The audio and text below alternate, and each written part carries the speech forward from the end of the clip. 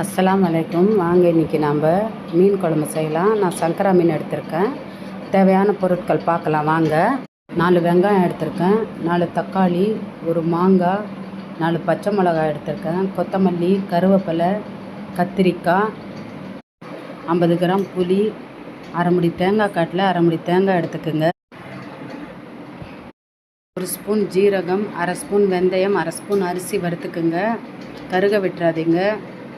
அரை முடி தேங்காய் வெட்டி வச்சுருக்கோம் இல்லையா மிக்ஸி ஜாரில், அதில் இந்த நம்ம வறுத்து வச்ச எல்லாத்தையும் போட்டுக்கலாம். போட்டு நல்லா நைஸாக அரைச்சிக்க. 4 வெங்காயம், அதை கூட நல்லா நைஸாக அரைச்சிக்குங்க. 4 தக்காளி, அதை கூட நல்லா அரைச்சிக்குங்க மிக்சியில் போட்டு. நம்ம மீன் குழம்பு வைக்க போகிற சட்டி எடுத்துக்குங்க. எடுத்துக்கிட்டு நம்ம பேஸ்ட் அரைச்சி வச்சுருக்கோம் இல்லையா, தேங்காய் பேஸ்ட்டு, ஜீரகம்லாம் சேர்த்து, ஜீரகம், வெந்தயம், அரிசி எல்லாம் அதை போட்டுக்குங்க. எங்கள் பாட்டி இருக்கிற வரைக்கும் மீன் குழம்பு எங்கள் பாட்டி தான் வைப்பாங்க. அதுவும் அவங்களுக்கு அம்மியில் அரைச்சி வச்சா தான் பிடிக்கும்.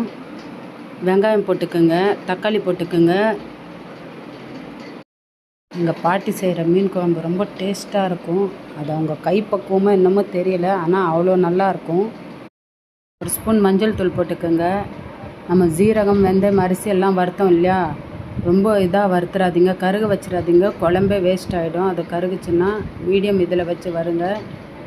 2 ஸ்பூன் மிளகாத்தூள் போடுங்க, 3 ஸ்பூன் தனியாத்தூள் போடுங்க. போட்டு கையாலேயே மிக்ஸ் பண்ணுங்க குழம்ப. அப்போ தான் நல்லா ருசியாக இருக்குன்னு சொல்லுவாங்க எங்கள் தாதி. 1 ஸ்பூன் உப்பும் போட்டுக்கோங்க. ஃபுல்லாக மிக்ஸ் ஆகிற வரைக்கும் கலங்க. என் சேனலை சப்ஸ்கிரைப் பண்ணுறவங்க, லைக் பண்ணுறவங்க, வாட்ச் பண்ணுறவங்களுக்கெல்லாம் ரொம்ப தேங்க்ஸ்.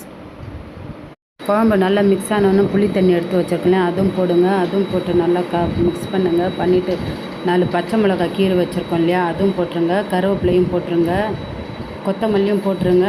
கொத்தமல்லி இப்போ போடணுன்னாலும் போடலாம், இறக்குறப்பவும் போடலாம். நான் கடலை எண்ணெய் தான் போடுறேன். உங்கள்கிட்ட எண்ணெய் இருக்கோ, எண்ணெய் ரீஃபண்ட் ஆயில் இருக்கோ, எண்ணெய் இருக்கோ அதுவும் போட்டுக்கலாம், உங்கள் இஷ்டம்தான். கடலை எண்ணெய் போட்டால் டேஸ்ட்டாக இருக்கும். கேஸ் ஆன் பண்ணி குழம்பை ஏற்றிடுங்க. குழம்பு நல்லா கொதித்த உடனே வெட்டி வச்சுருக்கிற கத்திரிக்காய், மாங்காவை போடுங்க.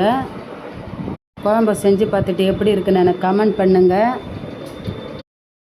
குழம்பை மூடி வைங்க. மூடி வச்சு ஒரு 5 நிமிஷம் கொதிக்கட்டும் குழம்பு. குழம்பு கொதித்தோடனே நம்ம லோ ஃப்ளேம் பண்ணி மீன் போடலாம். மீன் போட்டு லோ ஃப்ளேம்லேயே ஒரு 10 நிமிஷம் வைங்க. சப்ஸ்கிரைப் பண்ணுங்கள், லைக் பண்ணுங்கள், வாட்ச் பண்ணுங்கள். அரிசி மட்டும் அரை ஸ்பூனுக்கு மேலே போட்டுறாதீங்க, குழம்பு நல்லா இருக்காது. இன்ஷா அல்லாஹ் அடுத்த வீடியோவில் பார்க்கலாம்.